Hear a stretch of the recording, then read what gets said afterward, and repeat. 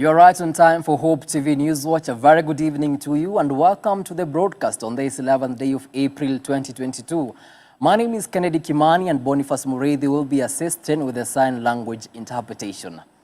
Now, 100% transition of 2021 KCPE candidates into secondary schools is on.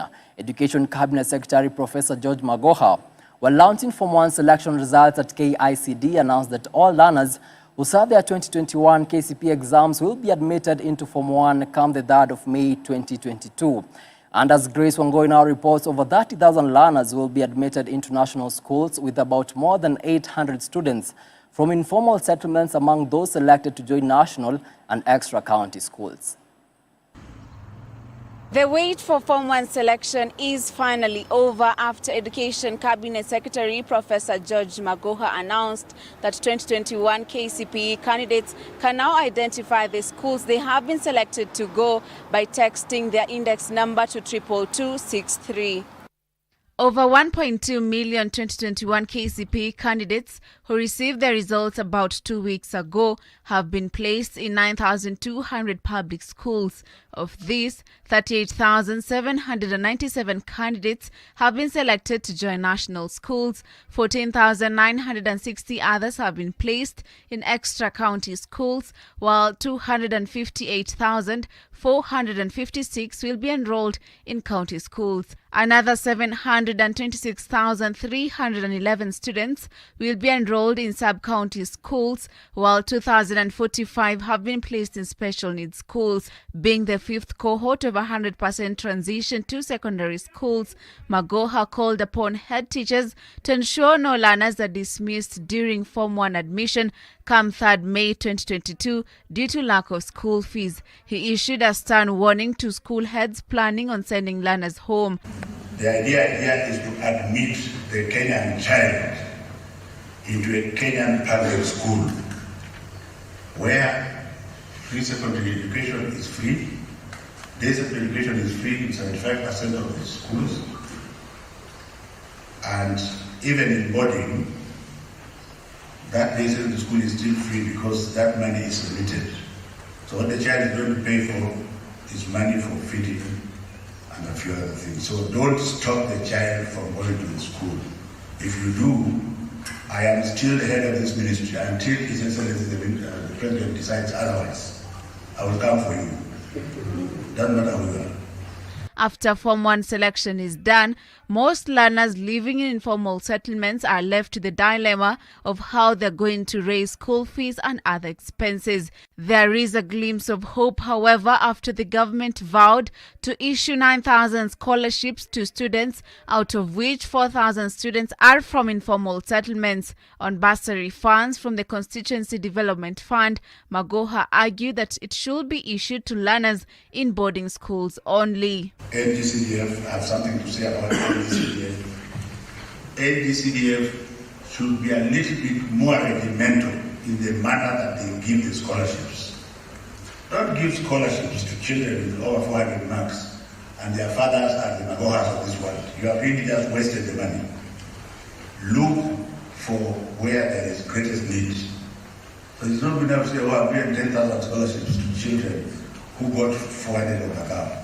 That is not intelligent at all. Can you look for those children who otherwise would not have gone to a boarding school and are moderating their passing so that you can make sure they go to boarding schools? On the competency-based curriculum classroom projects, so far the construction of the first phase is almost complete. With the deadline inching closer, pressure continues to mount on counties that are yet to clock 100% completion. Can we make a declaration, a KC declaration, that we shall all together complete these classrooms at the very latest within 2 weeks? And if you don't complete, then you should be cited as somebody who is against the children of this country. Because it requires you to go out there and get the work done. Can we agree that that can be done? For now, all that is remaining is for parents to prepare their learners to join Form 1 come 3rd May 2022. Reporting for Hope TV News Watch at the Kenya Institute of Curriculum Development in Nairobi, my name is Grace Wangoi. Thank you so much, Grace, for that report. Now, due to unpredictable weather patterns, East Africa is facing the very real prospect that the rains may fail for a fourth consecutive season, placing Ethiopia, Kenya, and Somalia into a drought of a length not experienced in the last 40 years. IGAD's Climate Prediction and Application Center indicates that the first quarter of 2022 season was particularly dry.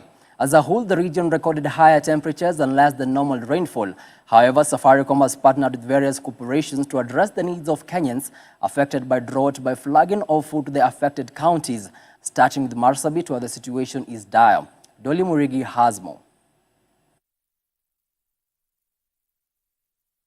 Crisis has hit the country due to lack of rain, and it's feared that by the end of June, it might get worse. At least 3.5 million Kenyans are facing hunger brought about by the ongoing drought. IGAD Executive Secretary Workney Gebeyehu, addressing the media on Monday, said that approximately 29 million people are staring at food insecurity and some 15.5 million need food in Africa region. IGAD is now calling on member state donors and humanitarian partners to increase the emergency response in the affected countries immediately in order to avoid further worsening of the humanitarian crisis. We are appealing to all the partners that this region is also in acute drought that may cause a disaster which will take a life of our brothers and sisters.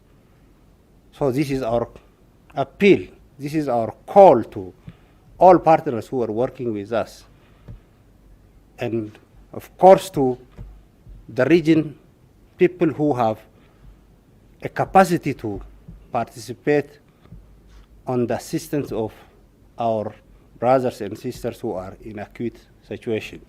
The crisis compelled the government to declare the current drought a national disaster before mobilizing all agencies to respond to drought situation. Counties in the northeastern region are the most affected, with Marsabit County being the most hit, with at least 250,000 people affected. The forecast for the March-April-May 2022 long rain season by Kenya Meteorological Department showed that enhanced rainfall was expected, with a 35% probability over the highlands west of the Rift Valley, the Lake Victoria Basin, Central and South Rift Valley. And even as the drought situation continues to worsen, over 100 million worth of relief food was sent to drought-stricken areas. Speaking in Nairobi during the flagging off of relief food to northeastern regions, Public Service and Gender CS Margaret Kobia said last year the government agreed that cash transfer program was one of the ways to distribute food in the ASAL counties. As you are aware, 3 failed rainy seasons have created food insecurity in 23 ASAL regions of the country.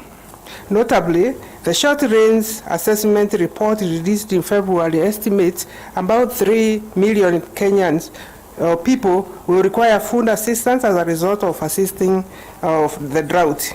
Marsabit County in particular is one of the most hit and accounts for more than about 250,000 people affected. The food donations are a result of contribution from the government in the partnership with private sector players, including various media organizations, in a program dubbed Pamoja Tuungane. Safaricom CEO Peter Ndegwa said that the Pamoja Tuungane drought response campaign is a rallying call to Kenyans to come together to help fellow Kenyans, saying that no one sector can be able to solve all the collective problems the country faces, and there is need for cross-sector partnership. We're heading towards Easter. So we are going to be celebrating as Christians, for those who are Christians, but also we have the holy month of Ramadan. So both Muslims and Christians celebrating through April, and therefore it is an opportune time for us to make sure that everyone is not left behind. Dolly Miriki, Hope TV, Nairobi. Thank you so much, Dolly, for that report. Now to some politics. Former Nairobi Governor Mike Sonko might vie for the Mombasa gubernatorial seat in the upcoming August 9th elections through the Wiper Party. Sonko was impeached by the Nairobi County Assembly in December 2020, resurfaced through the Wiper Party, and the party's National Elections Board has cleared him as one of the candidates set for gubernatorial nominations set for the 13th to the 20th of April. And as Dickens Luvanda now reports, Sonko's entry into the Mombasa governorship race complicates Kisauni MP Ali Mbogo's calculations of getting direct tickets. Na uhakikishia mbele ya Mwenyezi Mungu, Mbogo atatangazwa gavana wa pili tarehe 9 mwezi wa 8 mwaka huu. Kisauni MP Ali Mbogo's bid to get the Wiper Democratic Movement Party ticket so as to vie for the Mombasa gubernatorial seat has hit a dead end barely a week after the party handed him the certificate unopposed. Wiper. This is after the party's National Elections Board cleared Mike Mbuvi Sonko, the former Nairobi governor, to run for the Mombasa gubernatorial seat come August 9th general election. Sonko's name was submitted to the Independent Electoral and Boundaries Commission IBC by the Kalonzo Musyoka-led party as one of those who had been cleared to run in the party primaries. Confirming Sonko's entry into the list on phone call, Wiper Communications official Dennis Kavisu said the impeached former governor was among the cleared candidates headed for the primaries, which are slated for April 13th to 20th. Is one of the candidates, yes. Kiaga siku hizi you don't confirm or deny, lakini iko hapo. Si umeiona iko na logo yetu. Sonko, who was impeached by the Nairobi County Assembly in December 2020, Wiper! was last week welcomed to Wiper as Kalonzo led a meeting of party aspirants at the Bomas of Kenya in Nairobi County. Kuanzia leo, munihisabu mimi kama shujaa, full soldier wa Kalonzo Musyoka. Kalonzo akisema left, sote wapi?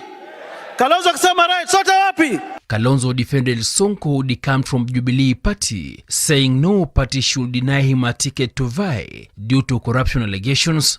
In the duel for Mombasa's top job, Sonko, if he defeats Ali Mbogo, will face off with former Mombasa Senator Hassan Omar, who will be running on a UDA ticket, as well as Mvita Member of Parliament Abdul Swamad Sharif Nasser and billionaire Suleiman Shabal, who are both seeking the ODM ticket. Kwa hivyo yule tunamwambia awachane, atuunge mkono, tusukume gurudumu la kuikomboa Mombasa.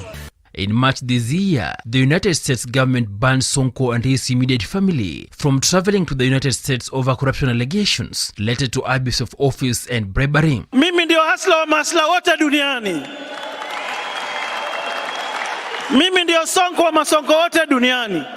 Deacon Sylvanda, Hope TV News Watch. Thank you so much, Deacons, for that report. Now, NC party leader and Kenya Kwanza coalition principal Musalia Mudavadi now wants the Cabinet Secretary for ICT Joe Musheru and the Communications Authority of Kenya Director General Ezra Chiloba to publicly explain to Kenyans the exact reasons behind the controversial acquisition of the 5th generation network spectrum. Mudavadi alleges that the network has been acquired by a cabal of private business persons, yet it should be owned by the government. Mudavadi says Musheru and Chiloba should come clear on whether the said individuals pay the government of Kenya for the acquisition, and if so, at how much was the spectrum sold to them. Tess Njenga now reports. ANC party leader Musalia Mudavadi has today asked for an explanation to Kenyans on the exact reasons behind the controversial acquisition of the 5th generation 5G network spectrum. Mudavadi, who at one time served as Minister of Information and Communication, demanded transparency on whether monies accrued from the sale of the 5th generation network hit the government's accounts at the National Treasury. Tunataka wale wanahusika kama ni waziri wa ICT ama ni wakina Chiloba wasawishe kama kuna uvumi ama ni ukweli. Ile spectrum ya 5G ya Kenya kama iko ama ilipewa, na kama ilipewana njia gani tumika kupeana, na ni nani walinunua na walilipa pesa ngapi, na hizo pesa ziliingia kwa treasury ama zilienda wapi. Mudavadi further defied the latest warning by NCIC Chair Samuel Kobia on the use of some words and questioned the prioritization of the ongoing SIM card registration exercise. Juzi tumeona Chiloba anaanza kusema ati muende kufanya registration tena. Walikuwa wamempatia deadline ya tarehe 15. Hawa mawakili kama Havi na wengine wakakuwa wakali wakasema ni sheria gani mnatumia? Kwa sababu tayari mtu ukitaka SIM card yako, ukitaka namba, unapeana hizo details. Kikatiba tunajua kuna judiciary, kuna executive na kuna legislature. Judiciary hawezi piga kura na nini, wanaamua. Lakini wameamua kwamba hawapangwingwi. Maspika wote wameamua hawapangwingwi. Mudavadi called upon Kenya Kwanza supporters to remain steadfast, saying that the Kenya Kwanza leadership will ensure all Kenyans live a dignified life. Wakenya wanaumia. Bei ya chakula nyinyi wenyewe mnajua. Bei ya mafuta mmejua. Tafadhali tuweke serikali ambayo italeta order kwa mambo haya ambayo yamesambaratika. Mudavadi spoke in Nairobi on the final day of a 7-day series of meetings with Kenya Kwanza Nairobi County opinion shapers, leaders and aspirants drawn from all the 17 constituencies and 85 wards of Nairobi County, including the clergy community. For Hope TV News Watch, I'm Tess Njenga. Thank you so much, Tess, for that report. Now, with the Siaya ODM party nominations slated for Wednesday, a section of aspirants are pointing an accusing finger to the party's elections board, alleging that there is lack of transparency over the method that they will be used during the nominations. Speaking in Siaya town, Siaya gubernatorial aspirant George Mbeya said the party should not award a direct ticket, but allow universal suffrage to be used during the primaries. As a candidate, I heard it as a rumor that there's somebody is going to be given a direct nomination. I'm yet to be informed. I believe that the party need to inform the aspirants, even if not only me, all the aspirants, because people seem to be running around. And like some other speakers have said, people are holed up in Nairobi trying to look for direct certificates or clearance or confirmation. The election board need to come out clearly and give clear direction, clear picture on how the nominations are going to be carried out and whether they are on or not. I'll ensure the Siaya people this time around, you have given a chance to elect and let the party nominate a candidate of your choice, not a choice that have been forced on the people of Siaya, that has made the Siaya people suffer for the last 10 years. We can't afford to suffer again for another 10 years. It will be 2 decades. So your Siaya people, I love you, support me. We fight this fight together so that we can take Siaya where it belongs. And on that note, to now take a short commercial break, but we'll be back in a moment with more news. Stay with us.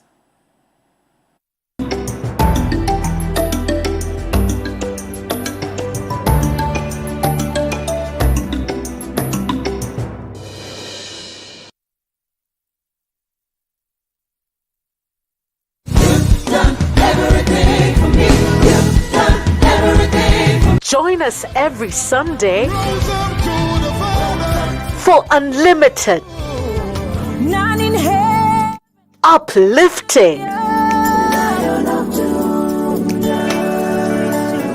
powerful worship,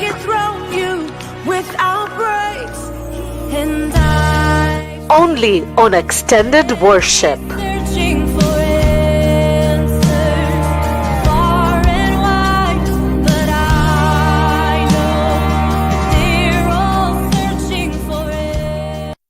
This week on Testify. Worthy is the Lamb.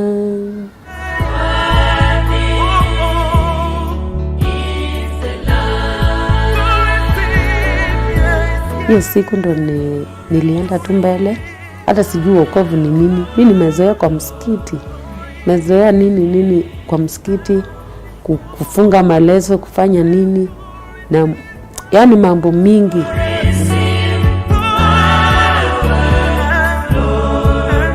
Tukutane katika Testify Alhamisi jioni saa 2 katika Hope TV, where you look and live.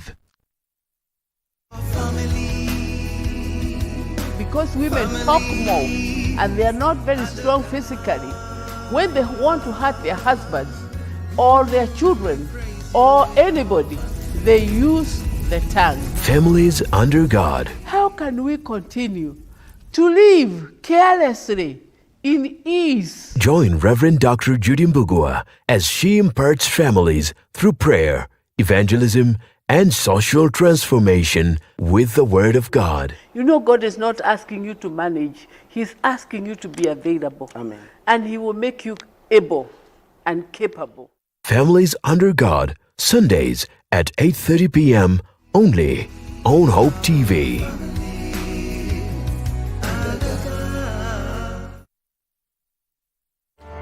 The Bible is unchanging and timeless, and its words are relevant for every generation. Join Dr. David Jeremiah each week on Turning Point as he delivers the unchanging Word of God to an ever-changing world.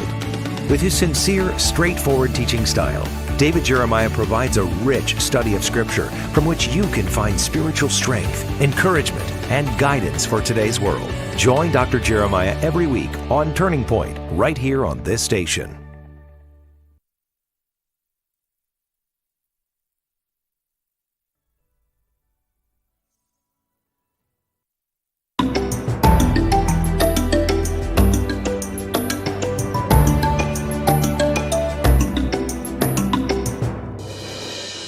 Welcome back. Now, a section of investors and business community in the county of Taita Taveta have called out politicians against inciting residents and politicizing long disputed land, saying it might cause panic to residents, especially during the electioneering period.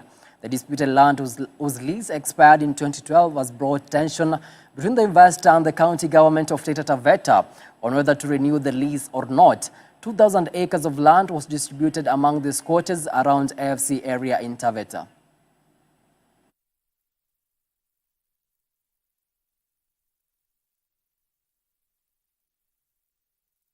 Now, Malindi town residents have called on the government and donors to help construct a modern library in the tourist metropolis with a view to enhancing the reading culture among locals. The residents, who are the users of the Malindi Community Library, say the library in the town was too small compared to the number of users who patronize it and call for the construction of a bigger library. At the same time, the library users thanked the Communication Authority of Kenya for donating 12 desktop computers and software that enable the visually impaired to read at the library.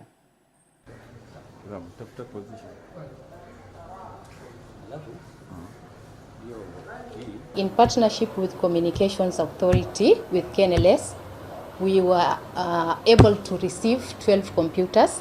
We received 1 printer and computer tables. The computers have really helped us in our work. It has made it easier for our work, and generally for the users, it has helped in research work. It has helped users in their homeworks, and even the small kids have enjoyed watching stories, watching online stories. They have enjoyed using the YouTube, and it is because the Communication Authority has made it possible for them to use the computers.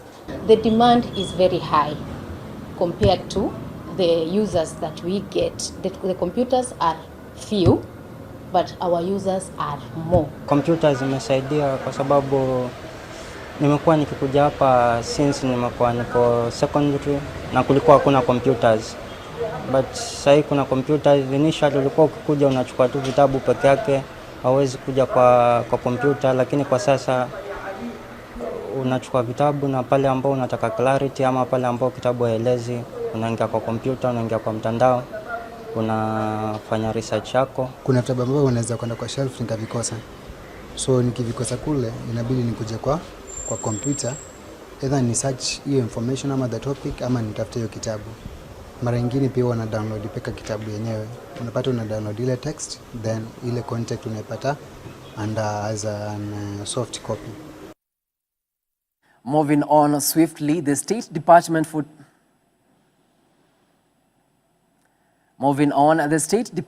Tourism Principal Secretary Zainab Hussein has led students, environmental activists and government officials in planting 300 trees at the iconic Mama Ngina waterfront in Mombasa County, a campaign that is intended to increase forest cover in Mombasa with a view of making it more eco-friendly to domestic and international visitors.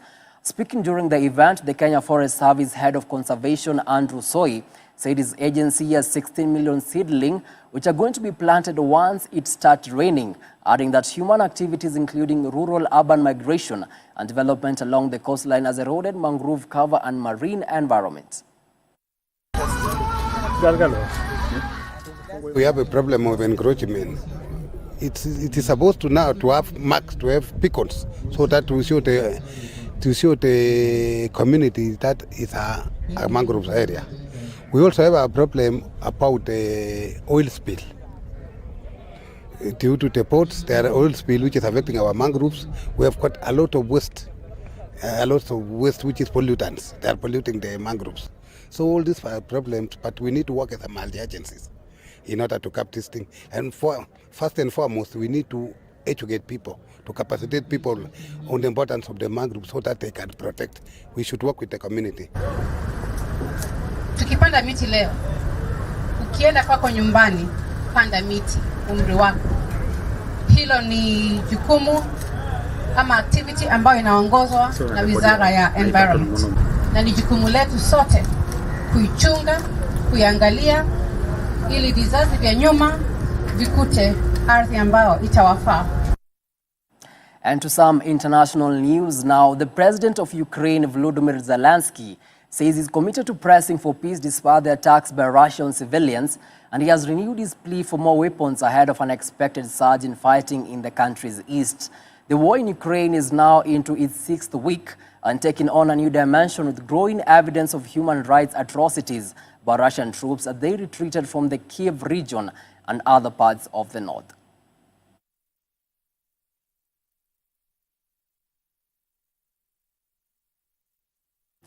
And French President Emmanuel Macron will face Marine Le Pen in the second round of the country's presidential election, setting up a rematch of their runoff contest in 2017. With 96% of the votes counted for Sunday's first round, Macron garnered 27.41% of the votes and Le Pen managed to get 24.03% of the votes. 12 candidates ran for the top job since none of them received more than 50% of the ballots. In the first round, the top two candidates will face each other in a runoff which is set to take place on the 24th of April.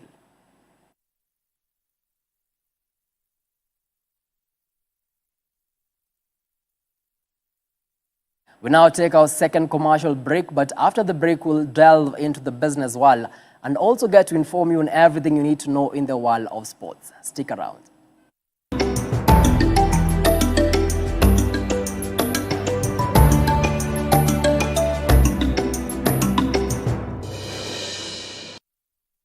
This week on Testify. Worthy is the Lamb.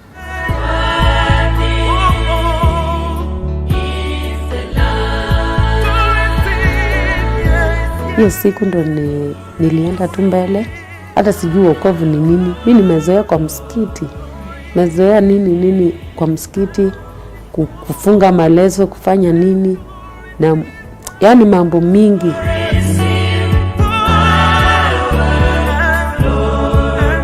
Tukutane katika Testify Alhamisi jioni saa 2 katika Hope TV. Where you look and live.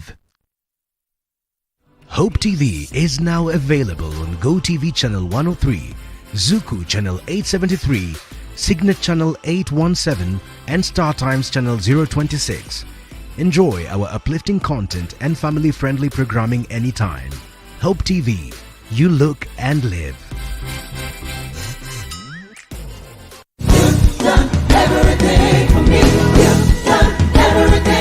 Join us every Sunday for unlimited, uplifting, powerful worship,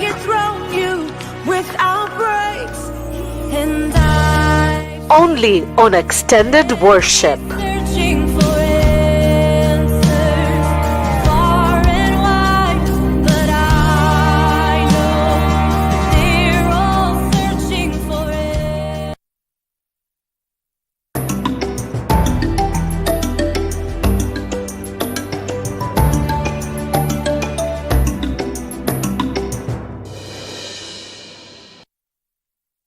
Thank you so much for staying with us. Now let's get down to business.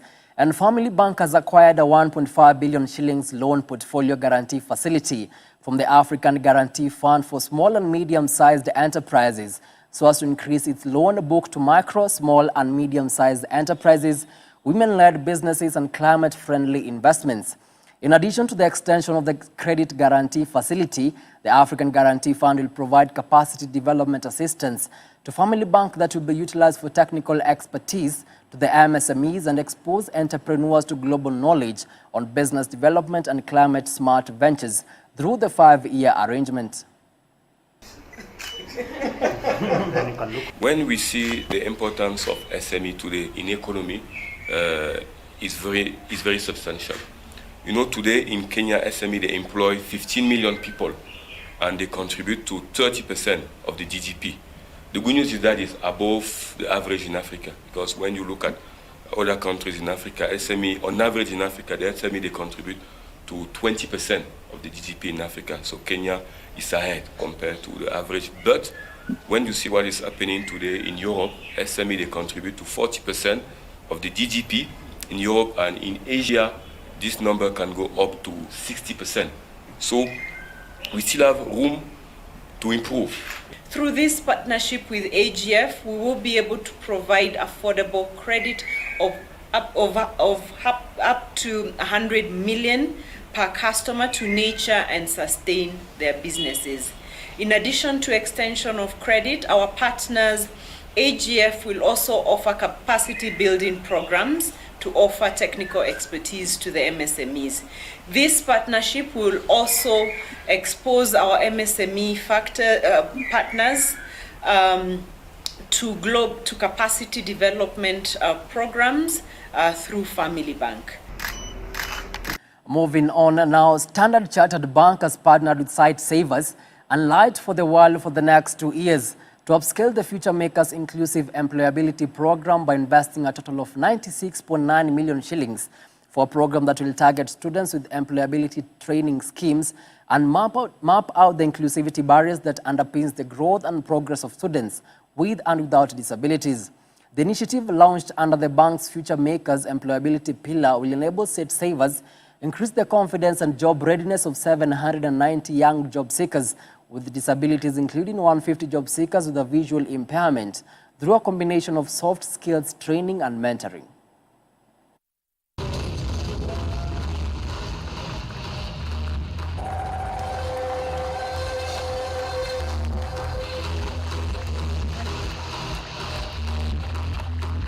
We are very excited today to be launching the Employability Program, which is a partnership between Site Savers, Light for the World, and supported by the Future Makers under the theme of Learn, Earn and Grow.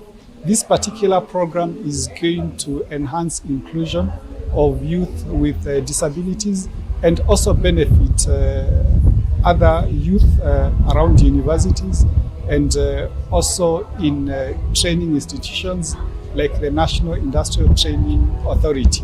One of the transformative things that this particular program will ensure is enhancing job opportunities, both within the formal and the informal sector, and ensuring that youth with disabilities are not employed on the basis of their disability, but on the basis of their competence. As a student, this program is going to be of help to us because, you know, it prepares us to get to the job market.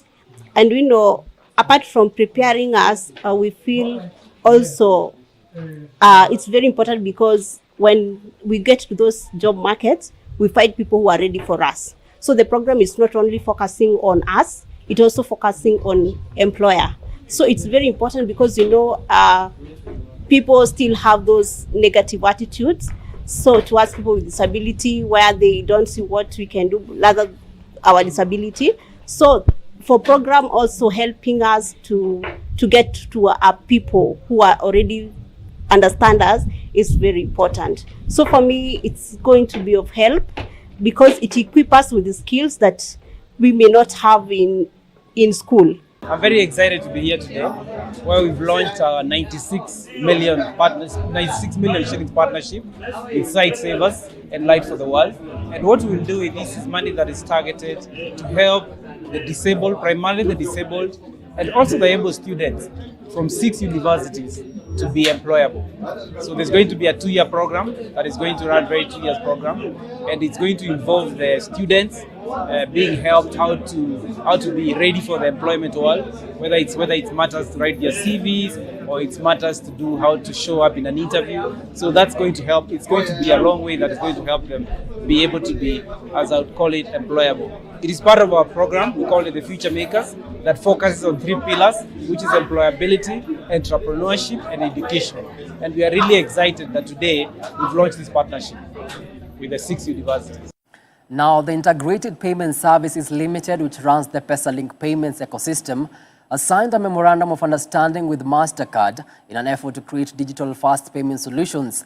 The solutions are designed to boost the adoption and usage of digital payments and accelerate Kenya's transition to a cash-light economy. Established by the Kenya Bankers Association, the PesaLink ecosystem consists of 31 banks in Kenya, enabling more than 9.5 million customers to connect to a secure, fast, efficient, and interoperable payment system. Under the terms of the MOU, PesaLink will leverage MasterCard's cyber intelligence solutions to diversify its payment capability beyond person-to-person payments.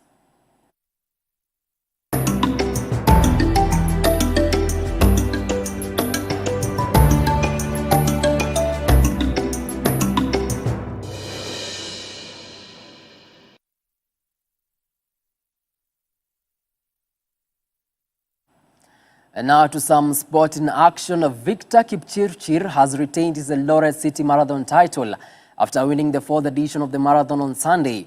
Kipchirchir won the race by clocking a time of 2 hours, 13 minutes and 10 seconds ahead of Michael Mutai and Josephat Bet to finish 2nd and 3rd respectively. In the women's category, Emily Chebet Kipchumba crossed the finish line in a time of 2 hours, 29 minutes and 58 seconds to win the tight race.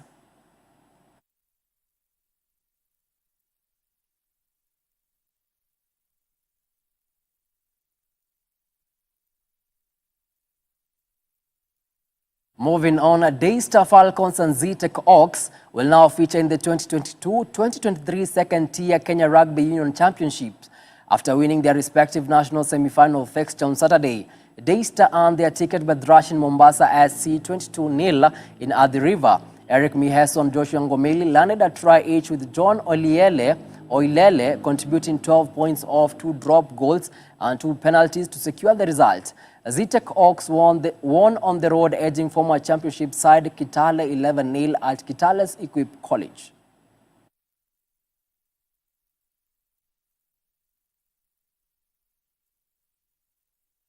And finally, anticipation is rising over the Kenya Volleyball Federation League, which is set to resume early next month. Now, despite the federation's uncertain fixture schedule, KCB women's volleyball team outside hitter Mercy Moim believes the team is ready for the league's return, as they have been training hard and playing friendly matches to keep fit. KCB came close to winning the league last year but lost to their arch rivals Kenya Prisons, coming in second at the Makande Indoor Gymnasium. The team has only played 1 league game this season against Vihiga County in February. Tumekuwa tukifanya mazoezi kama KCB, but sometimes tuko na friendly matches.